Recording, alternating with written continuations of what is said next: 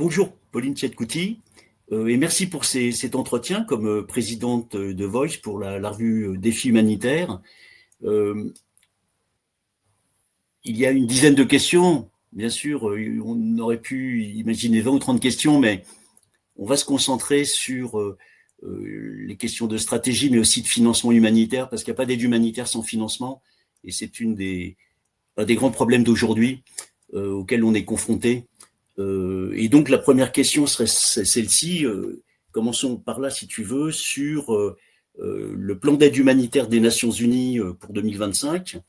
À la fin du mois de juillet, l'appel consolidé s'élevait à environ 46 milliards de dollars. Et à cette date, seulement 7,64 milliards de dollars étaient réunis, ce qui représente environ 40% de moins qu'à la même époque l'année dernière. En conséquence, les Nations Unies ont annoncé une réduction drastique de leur plan initial qui a conduit à une hyper-priorisation ciblant seulement 114 millions de personnes en danger sur les 310 millions identifiés initialement, avec un budget revu à la baisse à 29 milliards sans aucune garantie d'y parvenir. Bien sûr, nous n'y parviendrons pas et on sera peut-être à la moitié, voire moins de la moitié.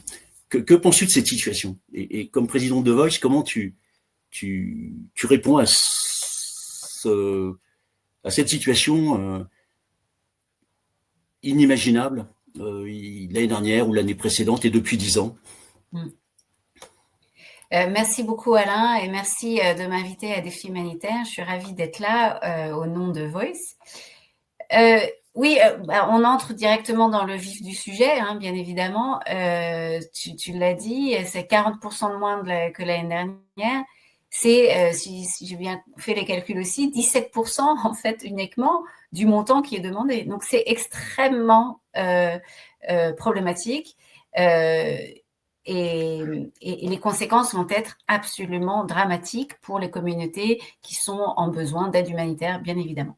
Donc, cette hyper-priorisation, elle a des conséquences très lourdes. D'une part, on a des dizaines de millions de communautés de personnes qui vont être sans aide vitale, c'est-à-dire un risque de tomber dans une plus grande précarité, de créer de nouvelles urgences à venir qui auraient pu être évitées si on avait prioriser ces populations-là aussi. Donc, on est en train de créer plus de risques et plus de précarité pour les populations qui ne sont pas dans cette priorisation. Et bien évidemment, on a une vraie question sur comment on va faire ce tri sur la survie de ces populations et la problématique de la gravité morale et éthique de faire un tri aussi drastique. On a travaillé depuis des années et des années sur la question du triple nexus, sur le fait de travailler sur la résilience, de travailler en amont, sur la prévention, etc., sur tout ce qui n'est pas de la pure urgence. Et là, on est dans un risque avec cette hyper-priorisation de revenir sur de la pure urgence, ce qui coûte le plus cher en plus, et qui crée un vrai déséquilibre entre les populations avec un manque. Juste un dernier point, mais un des problèmes aussi, c'est que en fait, ça risque de contribuer à la décrédibilisation du secteur humanitaire, avec énormément de populations qui ne vont pas avoir accès à de l'aide. Et ça pose une question, effectivement, dans un système où on est déjà en déficit de confiance par les populations et par les bailleurs. Alors dans ce contexte de crise, de financement et d'affaiblissement d'ailleurs du leadership des Nations Unies, comment appréhender le projet des Nations Unies 80, c'est-à-dire de la réforme structurelle lancée par le secrétaire général à l'occasion du 80e anniversaire de l'ONU, et dans ce contexte, plus spécifiquement de l'Humanitarian Reset, c'est-à-dire la refondation du système humanitaire, qui concerne d'une manière ou d'une autre l'ensemble des acteurs humanitaires, pas seulement les Nations Unies, mais tous les acteurs, y compris les ONG. Alors oui, évidemment, ces coupes budgétaires emmènent de fait une réforme nécessaire du système de l'ONU et du système humanitaire en particulier. En même temps, on est bien d'accord que ces réformes ne sont pas nouvelles. Ça fait déjà quelques années, voire en fait, ce sont des cycles réguliers de réformes du système qui sont en place. Là, on est dans un système de crise où les budgets sont coupés et donc la réorganisation qui est proposée par UN 80 et le recette humanitaire sont aussi fondamentalement menées et en réponse à ces coupes budgétaires. Donc, le projet de UN 80, c'est une réorganisation des entités onusiennes, une meilleure coordination entre les piliers paix, développement, droits humains, une simplification des mandats avec potentiellement des grosses agences des UN qui seraient mises ensemble. Cette réforme répond, comme j'ai dit, à une double urgence, donc la coupe des financements, et aussi fondamentalement une perte de crédibilité du système multilatéral, comme on a vu, avec énormément de pouvoirs, d'États forts avec beaucoup de pouvoir qui se retirent des institutions multilatérales et qui mettent du coup en danger le secteur en entier. Sur la question du Humanitarian Reset, qui est une réforme à l'intérieur de la réforme de l'ONU, on voit que là aussi, c'est mené avec une idée de simplification et d'efficacité, de rentabilité en fait du secteur, avec une tentative de recentrer sur les financements au plus près des pays, donc une concentration sur les Country-Based Pool Funds et une concentration aussi sur la localisation. La localisation n'est pas mise à l'écart complètement du recette humanitaire. En revanche, la façon dont ça va être fait pose des questions, effectivement, et ça fait partie des choses sur lesquelles Voice et ses membres travaillent spécifiquement. Il faut quand même faire attention à trop se concentrer aussi sur les aspects techniques de ces réformes. Bien évidemment, le succès de ces réformes ne va pas dépendre uniquement des aspects techniques, il va aussi dépendre de la volonté politique des bailleurs et de l'engagement des États à soutenir ce genre de réformes. Donc c'est aussi important de continuer à engager les différents bailleurs, États, institutions pour pousser à ce que la réforme réponde réellement en fait aux besoins des populations auprès desquelles on travaille. Cela implique aussi que nous, en tant qu'ONG, en tant que réseau, on contribue à faire passer les messages de quelles sont les conséquences de ce recette humanitaire sur les ONG. Il est important de rappeler que le rôle des ONG dans le système, dans l'écosystème humanitaire est fondamental. C'est un partenaire, c'est complémentaire. Les ONG apportent une diversité qui est vraiment fondamentale, qui est au plus près en fait des besoins et au plus près des contextes et de la compréhension fine en fait des besoins des populations. Et donc, il faut vraiment s'assurer que tous les acteurs de cet écosystème soient entièrement pris en compte dans le recette humanitaire qui est mené aujourd'hui par le coordinateur humanitaire Tom Fletcher. Donc, ça fait partie des choses qu'on pousse. On pousse aussi pour s'assurer donc de la diversité, s'assurer que on ne remette pas non plus en question des années de réformes qui ont déjà eu lieu depuis le sommet humanitaire mondial d'il y a 10 ans et le Grand Bargain qui a suivi. Donc toutes ces questions sur les réformes de flexibilité des financements, etc., de localisation, de partage des risques, de réduction des demandes de reporting auprès des bailleurs, etc. Toutes ces questions-là sont déjà en cours de discussion. Il faut les maintenir dans la discussion sur la réforme. Sinon, on va perdre des années de progrès, en fait, sur faire un système qui répond vraiment aux besoins de la population.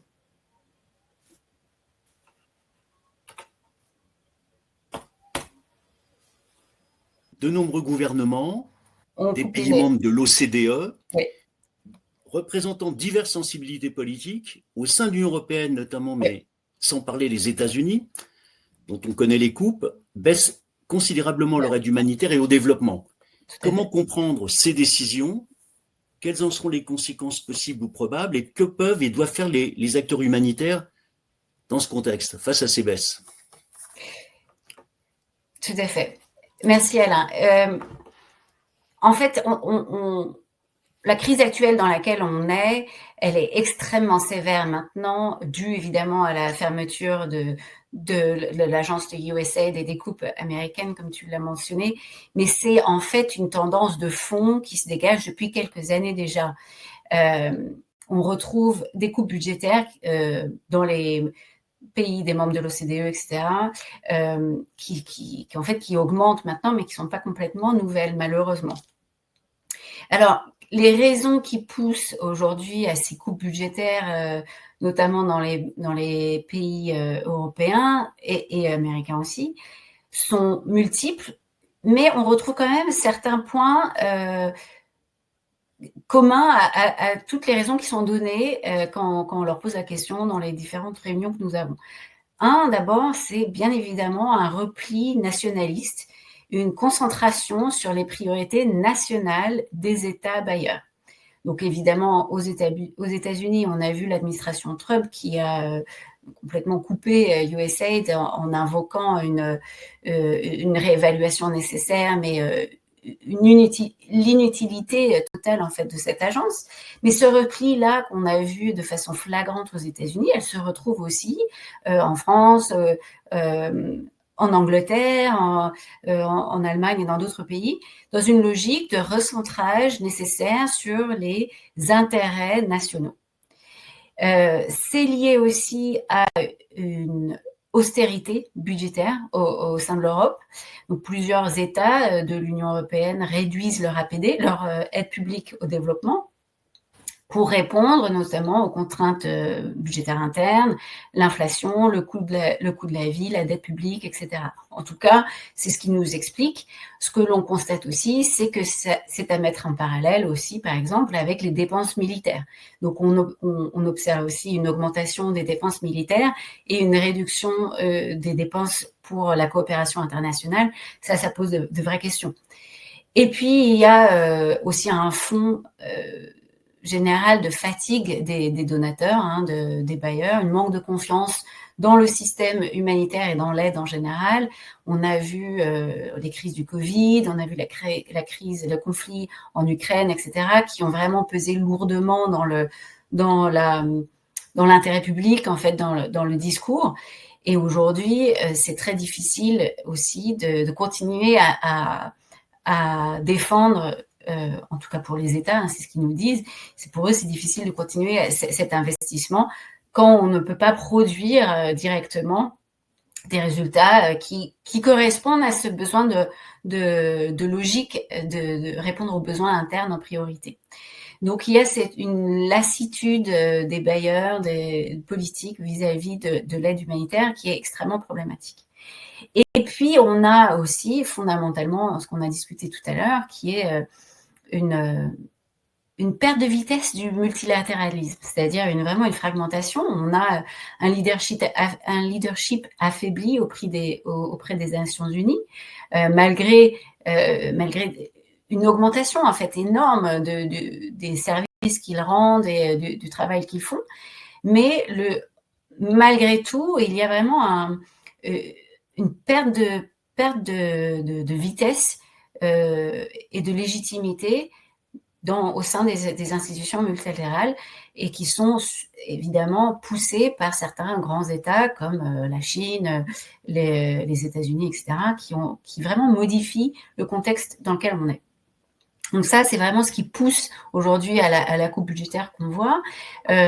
Les conséquences, on en a déjà parlé aussi tout à l'heure, c'est des conséquences directes pour les communautés qui sont en besoin d'aide humanitaire, en besoin de soutien. Ça veut dire que les contextes les plus vulnérables au choc, qui sont déjà fragilisés par les conflits, par les catastrophes climatiques, par les inégalités économiques, le seront doublement maintenant avec la perte de financement, de soutien, de coopération internationale. C'est de nouveau le cercle vicieux. Moins on finance le système multilatéral et le système de l'aide, moins on voit en fait l'impact de ce système auprès des plus vulnérables. Donc il y a un désengagement des institutions qui affaiblit leur efficacité et leur légitimité, et qui ensuite, de fait, justifie le fait de moins s'engager et investir dans ces mêmes institutions. Donc on a un vrai problème de cercle vicieux. Et pour nous, en tant qu'ONG, membres de la société civile, en tant que réseau qui représente un grand nombre d'ONG, il faut absolument résister et vraiment de nouveau mettre en avant la valeur intrinsèque de cette coopération internationale, de l'aide humanitaire en particulier, et de montrer l'impact que ça a auprès des populations les plus vulnérables. C'est important de le démontrer, de former un narratif qui est fort vis-à-vis des institutions, des bailleurs, etc., et aussi auprès des grands publics. Donc, on a eu des résultats auprès de sondages au sein de l'Union européenne qui demandaient quel est le soutien des citoyens européens de l'aide humanitaire. À quel point les citoyens européens soutiennent l'aide humanitaire. Et en fait, il y a encore un vrai soutien, une vraie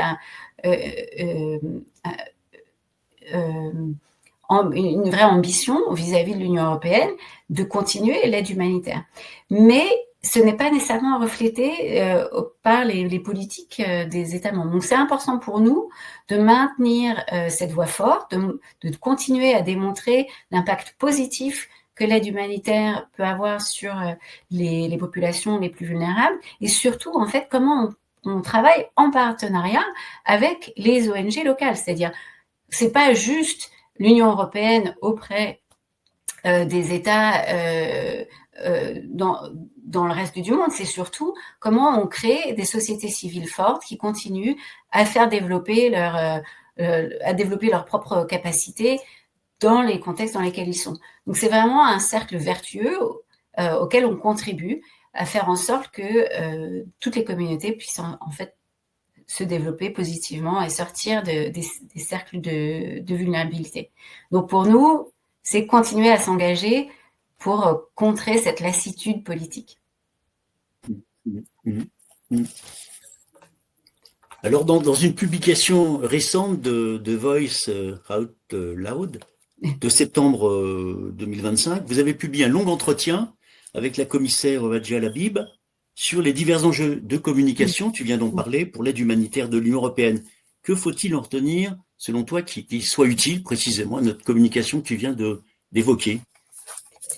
Alors, c'est très intéressant parce que d'abord, on est très reconnaissant auprès de la commissaire Wadja Labib pour avoir donné sa voix et contribué à cet entretien. Je vous recommande de le lire, il est vraiment très intéressant. Ce qui est vraiment fascinant dans cet entretien et ce qui revient très clairement, c'est le besoin de parler avec des principes et avec des valeurs. C'est-à-dire qu'elle remet vraiment au cœur de la discussion le besoin d'être en intégrité avec l'agence en fait de chaque population, de mettre au cœur de la communication ce que veulent les populations, dans le respect de leur dignité, dans le respect des principes humanitaires, dans le respect en fait de ce que eux ils veulent dire, et pas juste pour démontrer l'impact potentiellement de l'aide humanitaire qui est menée par l'Union européenne. Ce n'est pas juste un exercice de communication ou de publicité, en fait, loin de là, c'est vraiment aussi un effort de partenariat, c'est un effort pour vraiment écouter et non pas juste parler par-dessus, c'est vraiment écouter au cœur de ce que nous disent nos partenaires dans les différents pays dans lesquels on travaille.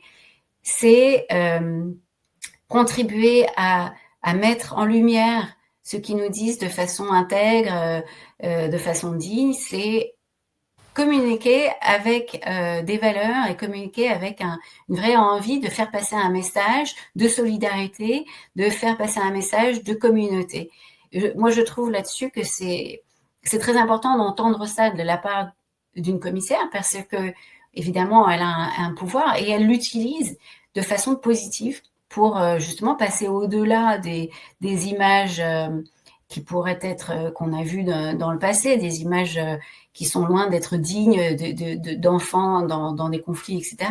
Elle vraiment, elle démontre qu'on peut faire de la communication avec la dignité, on peut faire de la communication pour plus de solidarité et non pas juste pour faire de la visibilité, en fait. Voilà des messages qui, j'espère, seront bien entendus par tous les acteurs humanitaires dans leur communication à venir, de partir des populations, de partir de leurs problèmes, de témoigner pour s'engager au nom de valeurs, mais aussi d'actions, pour convaincre, pour convaincre. Et d'ailleurs, c'est sur cette base-là, généralement, que les ONG arrivent à collecter des fonds auprès des citoyens, ce qu'on appelle les donateurs, mais les donateurs sont aussi des citoyens. Et les citoyens ont un poids dans la vie politique d'un pays pour se faire entendre sur ce sujet. Donc, ce cercle vertueux est vraiment important. Alors, nouvelle question. Lors d'un entretien précédent avec toi, publié dans Défis humanitaires au mois de février cette année, nous avions notamment évoqué le budget de la DG ECO pour 2025, cette année. Et à 3 mois de la fin de cette année, connaît-on aujourd'hui son montant et comment l'analysez-vous à Voice par rapport à vos attentes, à vos demandes? Oui, évidemment, la question du budget est fondamentale. Tous nos membres au sein de Voice nous demandent les mêmes questions. Évidemment, combien d'argent il va y avoir l'année prochaine? Donc, le budget humanitaire aujourd'hui pour 2025 s'élève à 2,46 milliards d'euros pour la ligne strictement humanitaire.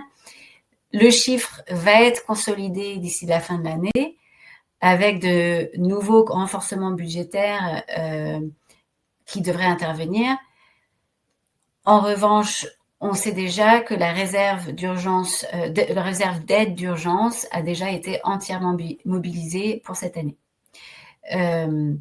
Cette réserve représentait 583 millions d'euros pour 2025 et a permis de répondre à plusieurs crises majeures, mais on ne s'attend pas à ce qu'elle soit renouvelée d'ici la fin de l'année, d'ici la fin de la clôture de l'exercice. On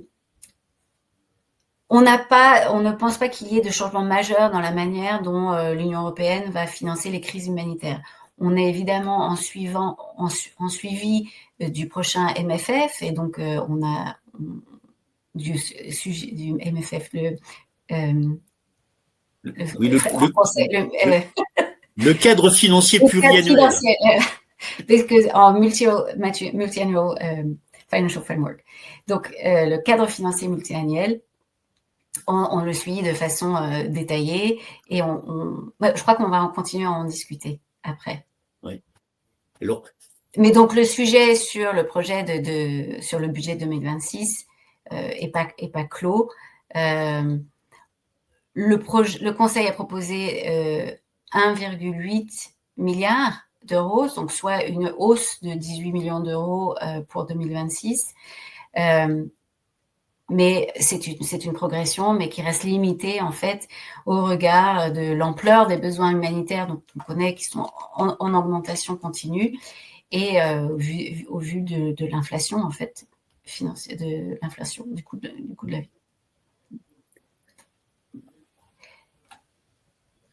Oui, peut-être, Pauline, une précision. Tu viens d'évoquer un budget de 1,8 milliard pour la DG ECO en 2026. Ça n'intègre pas le fonds de réserve d'urgence et de solidarité. Ça n'intègre pas le fonds de réserve,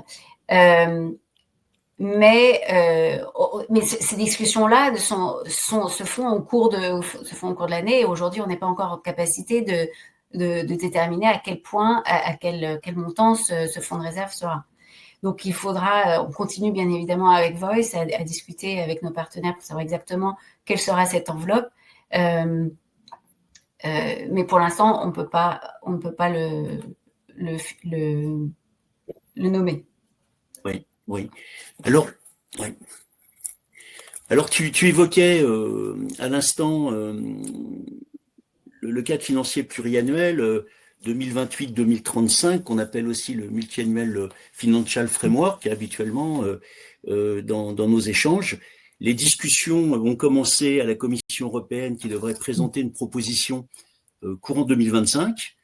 Mais par ailleurs, la présidente Ursula von der Leyen et le commissaire Piotr Seraphine ont annoncé un budget de 200 milliards d'euros pour l'Europe globale dans le monde, le nouvel instrument d'action extérieure, avec un montant indicatif de 25 milliards d'euros pour l'aide humanitaire.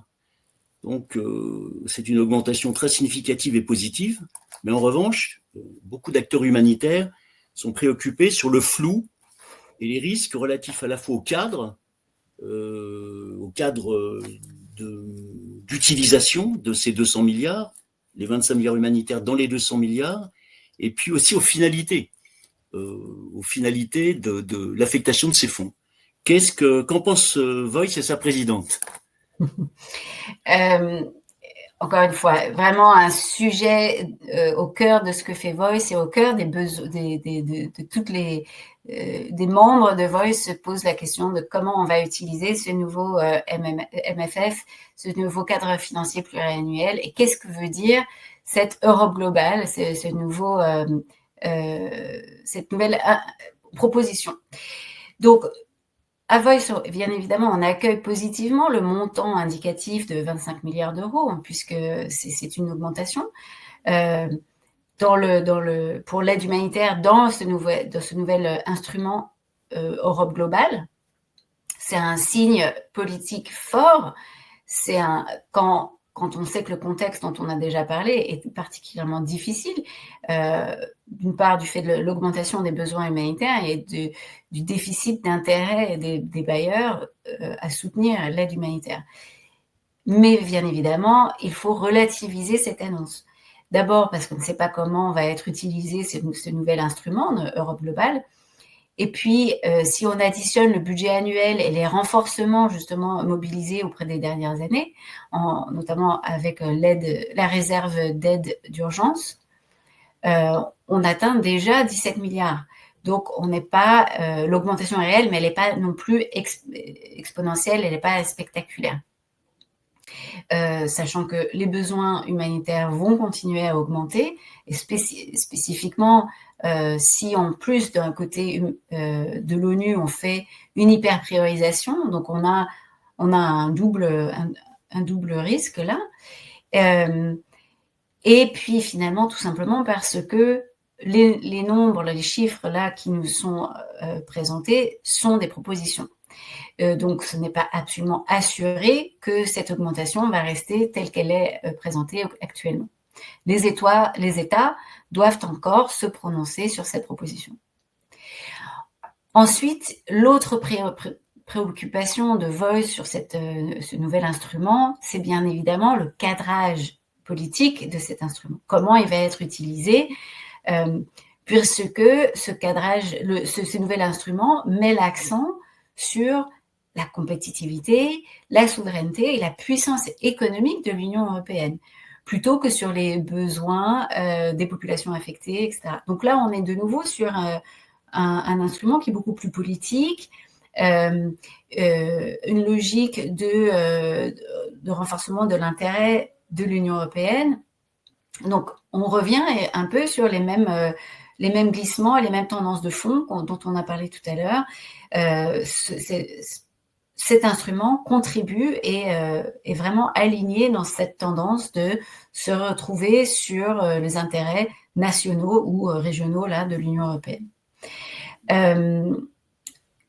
Donc, néanmoins, là-dedans, on voit que l'aide humanitaire est préservée et c'est une bonne chose. Mais est-ce qu'elle va être préservée de façon indépendante et des besoins politiques de l'Union européenne? C'est pas du tout sûr. C'est ce qu'on essaye de déterminer maintenant et ce sur quoi on va vraiment pousser pour s'assurer que l'aide humanitaire reste basée sur les besoins des populations et basée sur les principes humanitaires et non pas divisée selon les intérêts géopolitiques des États membres de l'Union européenne. Donc, il va falloir rester très vigilant sur ces questions-là. Voilà, ensuite, nous, on va continuer au sein de Voice à pousser ces questions-là et à engager directement ECHO et la Commission sur les questions du MFF. Et on invite bien évidemment tous les membres de Voice à contribuer, à faire remonter les questions qu'ils ont et aussi, surtout, à engager les États membres de l'Union européenne à aussi pousser à faire en sorte que l'aide humanitaire au sein de ce nouvel instrument reste indépendante. Donc, on appelle aussi chaque État à se positionner sur le nouveau MFF et à déterminer ensemble, en fait, à maintenir une sécurité, finalement, de l'enveloppe humanitaire.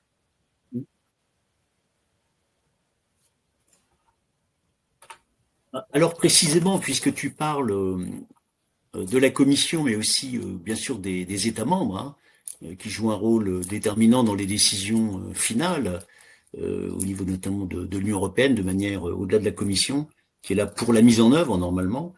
Certains États membres souhaiteraient s'impliquer plus avant et envisagent la création d'une enceinte spécifique des États dédiée à l'humanitaire, avec, semble-t-il, pour objectif de sanctuariser l'humanitaire et d'éviter en conséquence toute fongibilité des fonds humanitaires, les fameux 25 milliards, dans l'ensemble des 200 milliards d'euros sans qu'on puisse les tracer, les affecter de manière précise, donc de manière assez floue.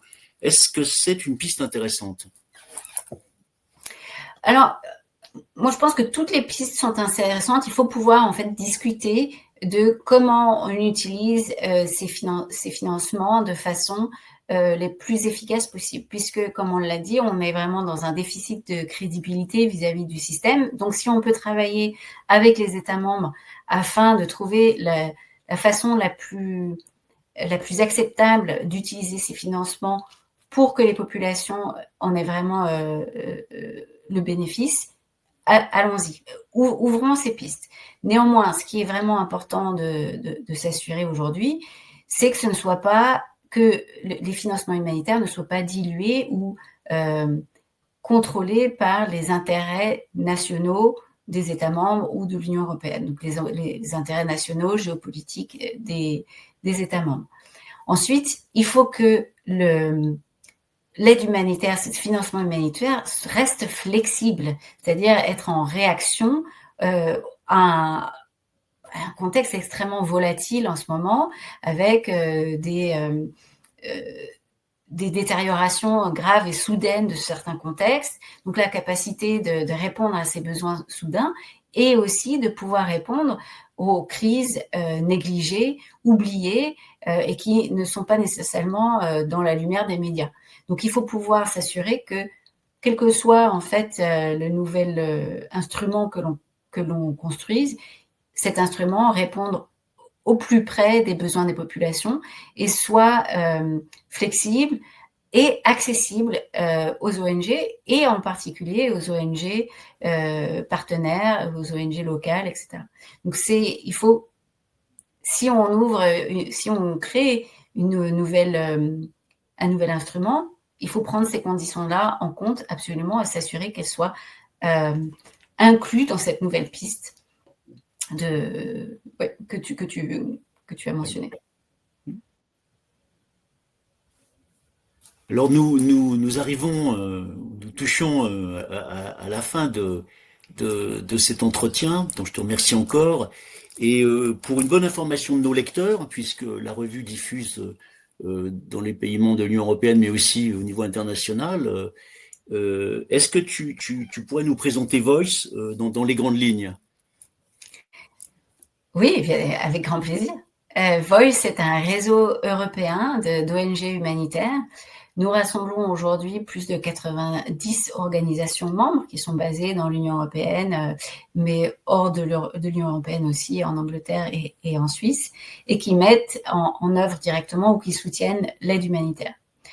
Notre rôle est double. D'une part, on est un espace de coordination et d'échange entre ONG humanitaires européennes, donc qui favorise la prise de position et la construction en fait de positions communes, le partage d'expertise, de connaissances, la création de synergies, etc.